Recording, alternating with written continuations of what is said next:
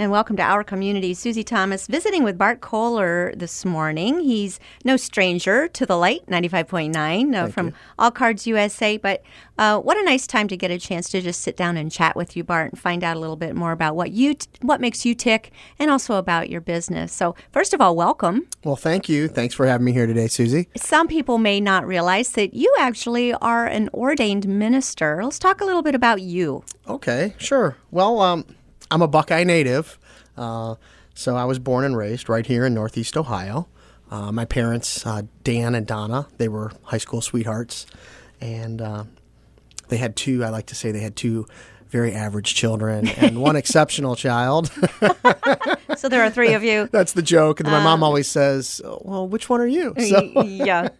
So I have actually a wonderful older brother, and I have a lovely sister, and who I have a regular relationship with. We're a very close family, and I'm very fortunate to have everyone in my family near to me. So it's great. It's kind of interesting. Let me interrupt you there. That Sure. You decided to stay here in town. We hear so much about young people going off the brain drain. What brought you back to Northeast Ohio to continue to live here, work here, raise your family here, worship here?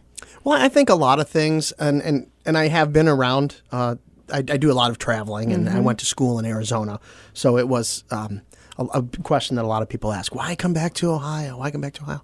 I think there's very few places in the country that you will find that are just quite like Northeast Ohio and some of the surrounding communities. We have wonderful people here. Our values, the things that we say and do, and the way that we take care of each other were things that I just didn't see in some other places that I've been. And I'm sure of course there's great communities throughout the whole country.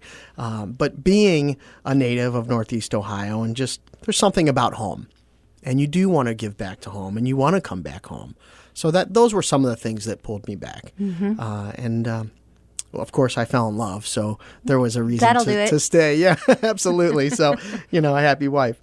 So, but that's really why. I think a lot of that is because, when we grow up in a tight community, we have a lot of friends, and we have a lot of things that we miss when we leave. And so young people leave, but your heart really never leaves. So I think that's why. And you are a Christian businessman, so Yes. Your faith must play an important part. I know it does play an important part in all you do. Touch on that a bit. Well, it does, and I think it's kind of instilled. I really didn't really look at it that way. I think a lot of how I act in a business sense, comes from my upbringing. I was raised in a Catholic home. We attended church and Sunday school, regularly. We received the sacraments of the church, and I grew up in a home where I observed my father. My father is a lifelong, he still is. He's an exceptional financial investments person, and I got to hear firsthand how he handled the needs of his customers and their families so intently and with great passion. My father's very passionate. We're a passionate Italian family, so we kind of have that going for us. But I also would watch my mother do her work in the home very diligently, without procrastination, with great purpose. No matter how big or small a task was, if it was worth doing, it was worth doing right. So I don't necessarily see, those are some of the values we have. Now, the Christian values tie into all of that, obviously. When I met my beautiful wife, Teresa, and we have two wonderful children, later in life, I began to really study Scripture. I attended biblical study courses right here at Malone University, and I was ordained as a minister. And that kind of changed a lot of the way that we wanted to set ourselves apart. When I got into the business nearly 2 decades ago, it seems like a mouthful to say, but 2 decades in the payments industry is a long time. Yeah. And to serve the local business with payment services, we initially got into business to spread payments. Now, this is before the debit card was even created. So nobody like McDonald's, none of those places, none of the fast food were taking credit cards or debit cards or anything like that. The debit card had not been invented. It was all cash and check, pretty much, unless it was a large purchase. So the Y2K scare was the thing in the late 90s. Now, of course, it was a different time where computers cost a lot more money than they do today. But there were many people that took advantage of that situation. They were over opportunistic of that situation. You really like bottled water and peanut butter sellers? I I still have some left over. I want to say even worse, maybe in some cases. And some of those practices are still in play. There's always good guys and bad guys, but I wanted to separate myself very early on. As soon as the year 2000 came and went, we all kind of looked back and said, hey, what do we do with all this peanut butter? Yeah, exactly. Yeah, the Y2K was kind of maybe a little overblown out of proportion. But we were ready, man. Yeah, we sure were. We were so ready. Absolutely. And so that, some people were taken advantage of. So I saw that, and I definitely did not like that. Now, we had a good price point at the time. We were about half the price of our competitors to separate ourselves initially in the beginning. But I learned some practices very quickly from feedback from merchants, that things that they didn't like. So the things that the business owners don't like, I don't like either. So things that we really like to share with people is that we have no cancellation fees, we have no contracts, we do not lease equipment unless it's absolutely desired by the business owner. We, at that tipping point when Y2K came and went, I left the company that I was with, incorporated under the name All Card USA, and I started out on my own. And I wanted to do it differently, where it was 100% customer satisfaction. Customer is always right. And I'm happy to say that we have never received a letter from anyone's attorney. Wow. We've never had to defend ourselves in a courtroom. It's just a different type of philosophy. And I don't tout that as being Christian. I think that's just instilled. I mean, I think you are a Christian because you're a Christian. You're not a Christian because you're a Christian. Does that make any sense? Good ethics. Yeah, exactly. They're a natural overflow. So I want people to do business with me. And I think many times that I've been on the light, we haven't talked about my faith or how my business operates through these faith-based purposes. Mm-hmm. But because I don't actually want people to seek me out because I'm a Christian to do business with me, I want them to do business with me because they've heard of how we do business. And then they can put the two and two together and say, wow, that's a company that really has some solid principles. Yeah. They're really interested in helping small business, in giving us a voice, in giving and removing the negative things in the industry that we don't like. And that's nearly impossible with almost any other company. I'm the head and I'm the toe of this company, All Card USA, I'm happy to say. Many other financial institutions hire people that aren't necessarily vested to the business owner as I am. Many of the people that I met before Y2K are still my customers today. Oh my, they're saying something. So we want to establish a relationship. We want to do business with you forever. We never want to keep people locked in, held hostage to a contract. The industry changes.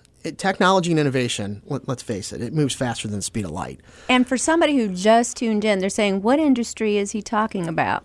Let's Thank you. Absolutely. Let's take it back to that. I'll wind it back a little bit. Mm-hmm. The electronic payments industry. Okay. 70% of all of our consumer goods and purchases in the United States are now purchased electronically. We either buy things over the internet, through omni-channels where you can actually buy something on the internet, pick it up at the store, pay for it on the internet, pick it up in person.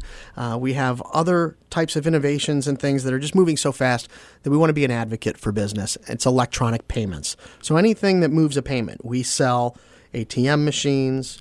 We give gateway services for web stores and web merchants. We have face-to-face processing through cell phones. Anything that moves an electronic payment, we sell, service, and maintain those products and services through 550 different technology innovation companies that exist today that we have a unique relationship and partnership with that you really will not find anywhere else. Typically at a bank or your financial institution, they work with one company where we offer flexibility of focusing more on the business owner, the small business owner, who has so much to choose from. We can kind of narrow those down and give them the options and the flexibility that they won't find at their local bank or at other financial institutions. Mm-hmm. Okay, so for a few little particulars here, a lot of small business owners say it's just too expensive for me to accept American Express. Do you do American Express, and how do you work that out with a small business owner? We do. We do have American Express card acceptance, and American Express we meet with these companies regularly, and in fact, we met with American Express last week. They were part of a big group of us that got together, and American Express can now be offered through the same channels as Visa, MasterCard, I'm used to saying that together, Visa, MasterCard, and Discover. You can now get an American Express merchant account that will deposit the money all in one deposit. It used to be you have to wait 72 hours for American Express money. It was deposited separately. We now have them all on one deposit, all on one statement, and for a much lower fee than what you could previously process American Express for. Now, when you're talking about, when I think of all the ways that we pay by credit card, I mean, you even go out to a flea market and someone's got the little square, they put it on their phone. You can pay for pottery and your old quilts at a flea market by the swipe of a card.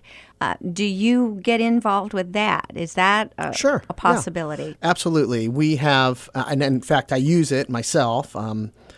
We have a merchant account that we use with a company called Phone Swipe, and you can actually get that product at AllPay USA, ALLPAY USA.com. And you could go there. You can actually fill out an application online in minutes and start accepting all forms of payment through your cell phone, through a free app. They will send you one of the free Square devices that plugs into your phone, and you can accept payments for a lower cost than anywhere on the market. We have the lowest cost mobile app credit card acceptance device that exists. So can you give us an idea, or maybe it depends on the business, about what kind of fee we're talking about for a small business person who's saying, oh, I'd love to be able to do that, but I just can't afford to? Sure. Well, when we talk about affording payments, it's like anything else. It's a business expense like anything else. You have to pay your lease. You have to pay your utility bills. You have advertising expenses. You have labor costs. All these are things that come into play for most businesses. Some smaller businesses, micro businesses, they don't have all that. It's just them. Maybe I bake cookies and I'm going to go sell them. How do I do it? Well, the rates range. We do have, like I said, many companies that we sponsor. One company has a flat rate, 2.65%. That's it. That's a flat rate. Other competition, the very popular method that you mentioned earlier is a 2.75. Okay. So we're a little bit lower there in that respect.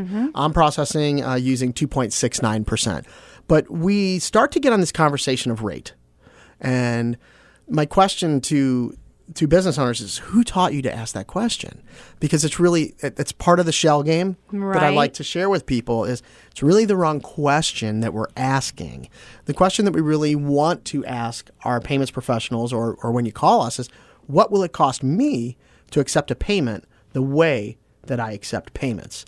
And that I can narrow down and give you a much better number or figure or percentage that you can use for your business model. And that's where we kind of help people. There's a lot of efforts to confuse or misguide people for the effort of making it seem simple. But yes, if you want to accept card payments at a small location or venues, your rate is going to be less than 3% if you wanted to do a business model. Let's talk about nonprofits. Often they hardly ever need to accept credit cards, except they'll be having a fundraiser, they're doing that dinner auction, they want to be able to accept credit card payments, every way that anybody can pay, they want to be able to accept it. Is it worthwhile for somebody like a nonprofit to for that 1 or 2 times a year to be able to use your services as well?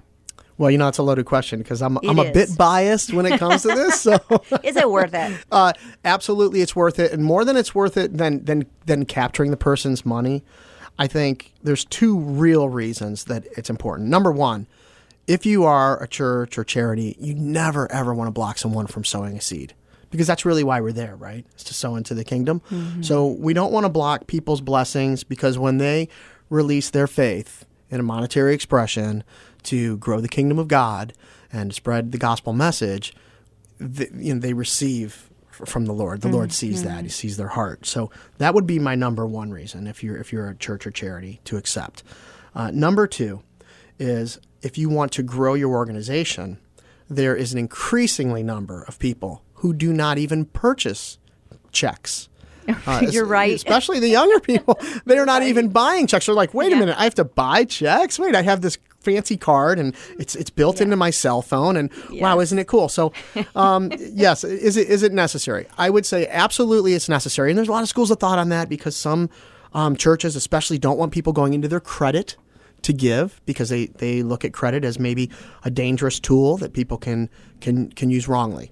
Okay, and it could damage their credit score and their finances. So we have a product called iGive here that we're partners with, and it does so many really cool things that maybe we can draw out, as we go through this interview. But yes, churches, charities, schools certainly should be looking into our products that we have for them. Awesome. All right. We got lots more to find out from Bart Kohler. He's from All Cards USA. But in the meantime, we need to take a quick break. You're listening to Our Community.